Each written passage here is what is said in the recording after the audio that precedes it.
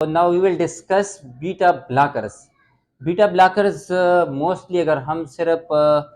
जो हमारे पास beta 1 receptors है उसको देख ले तो हमारे पास बीटा 1 रिसेप्टर्स हमने कहा कि एक्सेप्शंस में बीटा 1 रिसेप्टर्स हार्ट पे मौजूद है, beta 1 receptors juxta glomerulus apparatus पे मौजूद है और बीटा 1 रिसेप्टर्स हमारे पास एडिपोसाइट्स पे जो फैट सेल्स है वहाँ पे मौजूद है। So what will be the effect of norepinephrine on beta 1 receptors? अगर हम नॉरपिनेफ्रिन का इफेक्ट देखते हैं तो उसका क्या इफेक्ट होगा? नॉरपिनेफ्रिन का इफेक्ट हमारे पास यहाँ पे बीटा 1 रिसेप्टर्स ऑफ हार्ट पे होगा। नंबर ऑफ बीटा 1 रिसेप्टर्स मौजूद है हार्ट पे, heart is full of beta 1 receptors. So हमारे पास जब नॉरपिनेफ्रिन इस पे एक्ट करेगा तो बीटा 1 रिसेप्टर्स एसए नोड पे मौजूद है, एवी नोड पे मौजूद है और इस एट्रियल मेम्ब्रेन पे मौजूद है। जब beta 1 receptors of AV node stimulate हो जाते हैं तो कंडक्शन इंक्रीज हो जाती है। कंडक्शन जब इंक्रीज होगी हम कहते हैं पॉजिटिव ड्रोमोट्रोपिक इफेक्ट। इसी तरह हमारे पास जब बीटा 1 रिसेप्टर स्टिमुलेट होते हैं ऐसे नोड पे हमारे पास force of contraction of heart increase हो जाती है, कंट्रक्टिलिटी इंक्रीज हो जाती है, पॉजिटिव क्रोनोट्रोपिक इफेक्ट प्रोड्यूस हो जाता है। जब हम बीटा ब्लॉकर्स देते हैं तो बीटा ब्लॉकर्स अगर हम दे देते हैं तो हमारे पास ये बीटा 1 रिसेप्टर्स ब्लॉक हो जाते हैं, इनहिबिट हो जाते हैं, नॉरपिनेफ्रिन का एक्शन इस पे इनहिबिट हो जाता है तो हमारे पास नेगेटिव क्रोनोट्रोपिक इफेक्ट प्रोड्यूस होगा, नेगेटिव ड्रोमोट्रोपिक इफेक्ट प्रोड्यूस होगा। हमारे पास जो कंट्रैक्शन इंक्रीज हो रहा है हार्ट में, हार्ट की कंट्रैक्टिलिटी नॉरपिनेफ्रिन के साथ इंक्रीज हो रही थी, यहाँ पे हमारे पास सिस्टोलिक ब्लड प्रेशर जो है इंक्रीज हो रहा था तो वो हमारे पास इंक्रीज नहीं होगा, वो इनहिबिट हो जाएगा जब हम बीटा ब्लॉकर्स दे देते हैं। बीटा ब्लॉकर्स याद रहे हमारे पास दो किस्म के हैं, एक हमारे पास है सेलेक्टिव बीटा ब्लॉकर्स, एक हमारे पास है non selective beta blockers. Selective beta blockers for example हमारे पास एटिनोलॉल हुआ और नॉन सेलेक्टिव बीटा ब्लॉकर्स जो हमारे पास है फॉर एग्जांपल प्रोप्रेनोलॉल हुआ। तो नॉन सेलेक्टिव बीटा ब्लॉकर्स जो है वो बोथ बीटा 1 और बीटा 2 दोनों पे एक्ट करते हैं, इसको इनहिबिट करते हैं, और सेलेक्टिव हमारे पास बीटा 1 को इनहिबिट करते हैं। लेकिन इसका हरगिज ये मतलब नहीं है कि बीटा 1 ब्लॉकर जो है, सेलेक्टिव ब्लॉकर्स जो है वो हमारे पास उसका कोई इफेक्ट बीटा 2 पे नहीं है। उसका मेजर इफेक्ट हमारे पास बीटा 1 पे है, लेकिन वो अगर हम एस्मेटिक पेशेंट को देंगे तो नॉट रिकमेंडेड है क्योंकि उसके बीटा 2 पे भी इफेक्ट आ सकते हैं। अगर थोड़ा सा डोज हम ज़्यादा कर ले तो उसके इफेक्ट आ सकते हैं, उसके इफेक्ट बीटा 2 पे भी आ सकते हैं, लेकिन प्रोमिनेंट इफेक्ट बीटा 1 पे है, इसलिए हम कहते हैं बीटा 1 सेलेक्टिव। और इस तरह जो दूसरे हैं हमारे पास जो बीटा 1 और बीटा 2 दोनों पे जो प्रोप्रेनोलॉल है, जो इंडराल टैबलेट्स हैं, वो हमारे पास बीटा 1 और बीटा 2 बोथ को इनहिबिट कर देते हैं। तो बीटा 1 और बीटा 2 दोनों को इनहिबिट करते हैं, या हम बीटा 1 सेलेक्टिव की बात करते हैं, दोनों टाइप ऑफ ड्रग्स जो हमारे पास है वो बीटा 1 रिसेप्टर हार्ट पे जो मौजूद है इसको ब्लॉक कर देते हैं। जो नॉरपिनेफ्रिन इसकी कंट्रैक्टिलिटी को इंक्रीज कर रहा था वो इंक्रीज नहीं होगा और ब्लड प्रेशर जो है वो फॉल हो जाता है बाय ड्रग्स लाइक कौन से, जो हमारे पास बीटा ब्लॉकर है। बीटा ब्लॉकर्स इसको इनहिबिट कर देता है नॉरपिनेफ्रिन के एक्शन को बीटा 1 रिसेप्टर ऑफ हार्ट पे, तो हार्ट की कंट्रैक्टिलिटी रिड्यूस हो जाएगी, कार्डिक आउटपुट रिड्यूस हो जाएगा, सिस्टोलिक ब्लड प्रेशर जो राइज होने जा रहा है वो इनहिबिट हो जाएगा, सिस्टोलिक ब्लड प्रेशर फॉल हो जाएगा।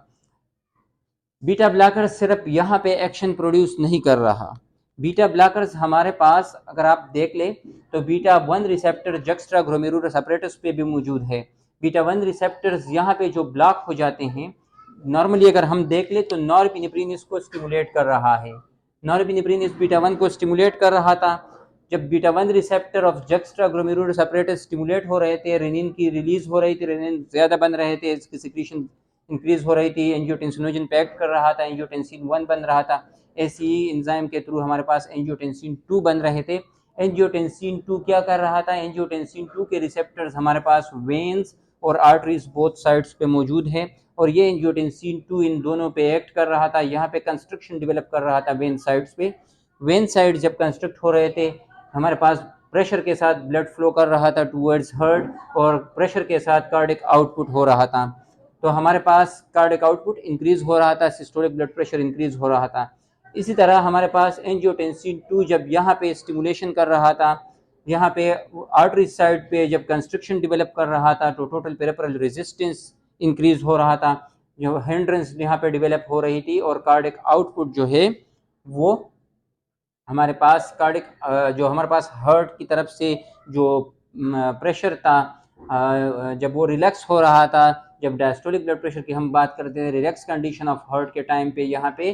टोटल पेरिफेरल रेजिस्टेंस फिर भी इंक्रीज था, हिंड्रेंस फिर भी था, तो हमारे पास डायस्टोलिक ब्लड प्रेशर भी राइज हो रहा था। ये किसके साथ हो रहा था? ये इस बीटा 1 की स्टिमुलेशन जो नॉरएपिनेफ्रिन प्रोड्यूस कर रहा था। अब जब हम बीटा ब्लॉकर दे देते हैं, आइदर बीटा 1 सेलेक्टिव दे देते हैं या नॉन सेलेक्टिव जो प्रोप्रेनोलॉल है वो दे देते हैं, तो क्या होता है, ये बीटा 1 रिसेप्टर्स ब्लॉक हो जाते हैं, एक्शन ऑफ नॉरएपिनेफ्रिन ब्लॉक हो जाता है, रेनिन की स्टिमुलेशन रिलीज नहीं होगी, एंजियोटेंसिनोजन पे एक्ट नहीं करेगा, एंजियोटेंसिन 1 नहीं बनेगा, एंजियोटेंसिन 2 नहीं बनेगा। एंजियोटेंसिन 2 जब नहीं बनेगा तो यहाँ पे एंजियोटेंसिन 2 के रिसेप्टर स्टिमुलेट नहीं होंगे, यहाँ पे कंस्ट्रक्शन डेवलप नहीं होगी, प्रेशर टूवर्ड्स हार्ट इंक्रीज नहीं होगा, प्रेशर फ्रॉम कार्डिक आउटपुट जो है वो इंक्रीज नहीं होगा, systolic blood pressure again fall हो जाता है। इसी तरह यहाँ पे जो स्टिमुलेशन हो रही थी, जो एंजियोटेंसिन 2 यहाँ पे कंस्ट्रक्शन डेवलप कर रहा था, टोटल पेरिफेरल रेजिस्टेंस इंक्रीज कर रहा था, डायस्टोलिक ब्लड प्रेशर इंक्रीज कर रहा था, जब यहाँ पे एंजियोटेंसिन 2 इस पे एक्ट नहीं कर पाएगा, क्योंकि एंजियोटेंसिन 2 नहीं बनेगा, हमने बीटा 1 रिसेप्टर्स ब्लॉक किए हैं, तो एंजियोटेंसिन 2 यहाँ पे स्टिमुलेट नहीं होंगे, कंस्ट्रक्शन डेवलप नहीं होगा, टोटल पेरिफेरल रेजिस्टेंस जब इंक्रीज नहीं होगा तो हमारे पास डायस्टोलिक ब्लड प्रेशर भी डाउन हो जाएगा, डायस्टोलिक ब्लड प्रेशर भी फॉल हो जाएगा। यहाँ पे एंजियोटेंसिन 2 के रिसेप्टर्स जब यहाँ पे एंजियोटेंसिन 2 जब नहीं बनेंगे, एंजियोटेंसिन 2 जब नहीं बनेंगे तो अल्डोस्टेरोन हमारे पास नहीं बनेगा, अल्डोस्टेरोन अपने रिसेप्टर्स पे जाके कलेक्टिंग ट्यूबुलर सेल्स पे उसको स्टिमुलेट नहीं करेगा, जब स्टिमुलेट नहीं करेगा तो हमारे पास मोर एंड मोर सोडियम की रीअब्जॉर्प्शन नहीं होगी कलेक्टिंग ट्यूबुलर सेल्स पे, मोर एंड मोर साल्ट और वाटर की रीअब्जॉर्प्शन नहीं होगी, तो हमारे पास बॉडी वाटर कंटेंट्स जो है वो रिड्यूस हो जाएंगे। ये मैकेनिज्म ऑलरेडी हम प्रीवियस लेक्चर में डिस्कस कर चुके हैं, अगर किसी को क्लियर नहीं है तो प्रीवियस लेक्चर से आप उसको दोबारा रिपीट कर सकते हो। मैं रिपीट कर रहा हूँ, बीटा ब्लॉकर्स की बात कर रहा हूँ। बीटा ब्लॉकर्स आइदर सेलेक्टिव हो और नॉन सेलेक्टिव हो, जब हम दे देते हैं तो वो हमारे पास beta 1 receptor of heart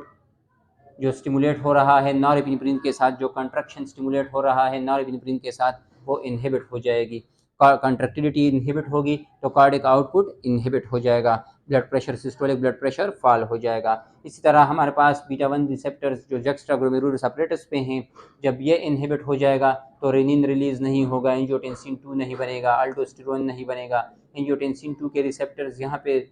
stimulate नहीं होंगे, यहाँ पे स्टिमुलेट नहीं होंगे,